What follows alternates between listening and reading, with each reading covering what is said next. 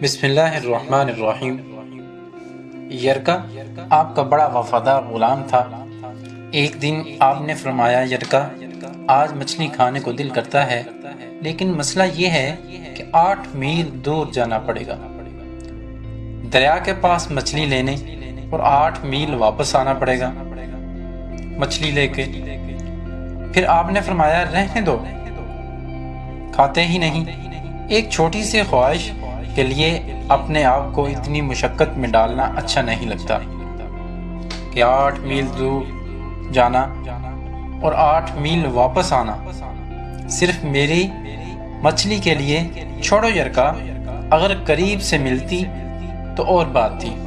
غلام کہتا ہے، میں کئی سالوں سے آپ کا خادم تھا، لیکن کبھی آپ نے کوئی خواہش کی ہی نہیں تھی، پر آج جب خواہش کی ہے تو میں نے دل میں خیال کیا کہ حضرت عمر فاروق رضی اللہ تعالی عنہ نے پہلی مرتبہ خواہش کی ہے اور میں پوری نہ کروں، ایسا کیسے ہو سکتا ہے؟ غلام کہتا ہے، جناب عمر رضی اللہ تعالی عنہ ظہر کی نماز پڑھنے گئے تو مجھے معلوم تھا کہ ان کے پاس کچھ مہمان آئے ہوئے ہیں، عصر ان کی وہیں ہو جائے گی۔ غلام کہتا ہے، میں نے حضرت عمر فاروق رضی اللہ تعالی عنہ کے پیچھے نماز پڑھی اور 2 رکعت سنت نماز پڑھ کر میں گھوڑے پر بیٹھا۔ عربی نسل کا گھوڑا تھا۔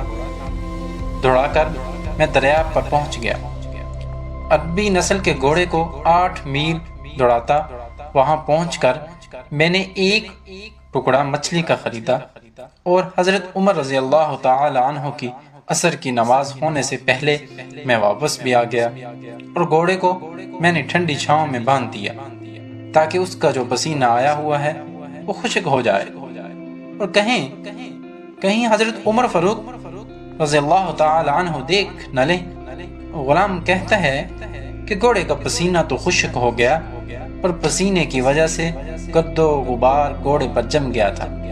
یہ واضح نظر آ رہا تھا کہ گھوڑا کہیں سفر پر گیا تھا۔ پھر میں نے سوچا کہ حضرت عمر فاروق رضی اللہ تعالی عنہ نہ دیکھ لیں، پھر میں جلدی سے گھوڑے کو کنویں پر لے گیا اور اسے جلدی سے غسل کرایا اور اسے لا کر چھاؤں میں باندھ دیا۔ جب ہماری خواہشات ہوتی ہیں تو کیا حال ہوتا ہے، لیکن یہ خواہش پوری کر کے ڈر رہے ہیں کیونکہ ضمیر زندہ ہے۔ فرماتے ہیں، جب عصر کی نماز پڑھ کر حضرت عمر فاروق رضی اللہ تعالی عنہ آئے، میں نے بھی نماز ان کے پیچھے پڑھی تھی۔ گھر آئے تو میں نے کہا، حضور اللہ نے آپ کی خواہش پوری کر دی ہے، مچھلی کا بندوبست ہو گیا ہے، اور بس تھوڑی ہی دیر میں مچھلی پکا کر پیش کرتا ہوں۔ کہتا ہے کہ میں نے یہ لفظ کہے تو جناب عمر فاروق رضی اللہ تعالی عنہ اٹھے اور گھوڑے کے پاس چلے گئے۔ گھوڑے کی پشت پہ ہاتھ پھیرا، اس کی ٹانگوں پہ ہاتھ پھیرا، اور پھر اس کے کانوں کے پاس گئے، گھوڑے کا پھر ایک کان اٹھایا اور کہنے لگے، یہ کان تو نے سارا گھوڑا تو دھو دیا، لیکن کانوں کے پیچھے سے پسینہ صاف کرنا تجھے یاد ہی نہیں رہا، اور یہاں تو پانی ڈالنا بھول گیا۔ حضرت عمر فاروق رضی اللہ تعالی عنہ گھٹنوں کے بل زمین پر بیٹھ گئے اور کہنے لگے، یرکا ادھر آ، تیری وفا میں تجھے کوئی شک نہیں، اور میں کوئی زیادہ نیک آدمی بھی نہیں ہوں، کوئی پرہیزگار بھی نہیں ہوں، میں تو دعائیں مانگتا ہوں، اے اللہ میری نیکیاں اور برائیاں برابر کر کے مجھے معاف کر دے۔ میں نے کوئی زیادہ تقوی اختیار نہیں کیا۔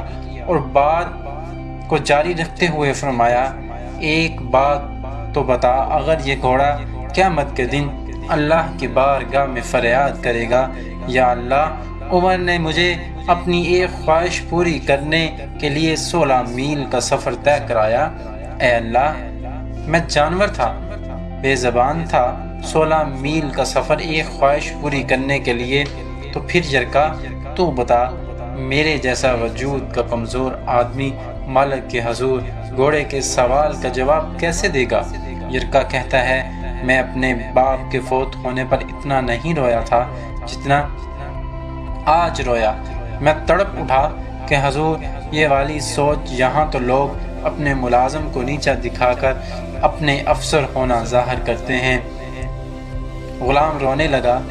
حضرت عمر فاروق رضی اللہ تعالی عنہ کہنے لگے، اب اس طرح کے گھوڑے کو تھوڑا چارہ اضافی ڈال دے، اور جو مچھلی لے کے آئے ہو اسے اس مدینے کے غریب لوگوں گھروں میں تقسیم کر دو، اور انہیں یہ مچھلی دے کر کہنا کہ تیری بخشش کی بھی دعا کریں اور عمر کی معافی کی بھی دعا کریں۔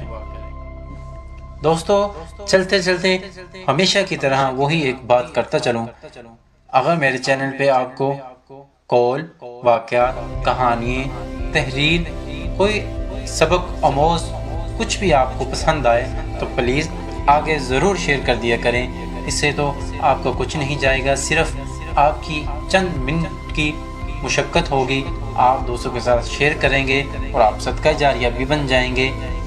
اور اگر میرے چینل پہ آپ نیو ہیں تو بھلے اس چینل کو سبسکرائب کرتے جائیں اور ویڈیو کو ضرور لائک کر دیا کریں، کیونکہ ایسی ویڈیو، تحریریں، واقعات میرے چینل پہ آپ کو سننے کو ملتی رہتی ہیں، جس سے ہمیں بہت سبق حاصل ہوتا ہے، ہمارے علم میں اضافہ ہوتا ہے۔ تب تک کے لیے اجازت دیں، اپنا بہت سارا خیال رکھیے گا۔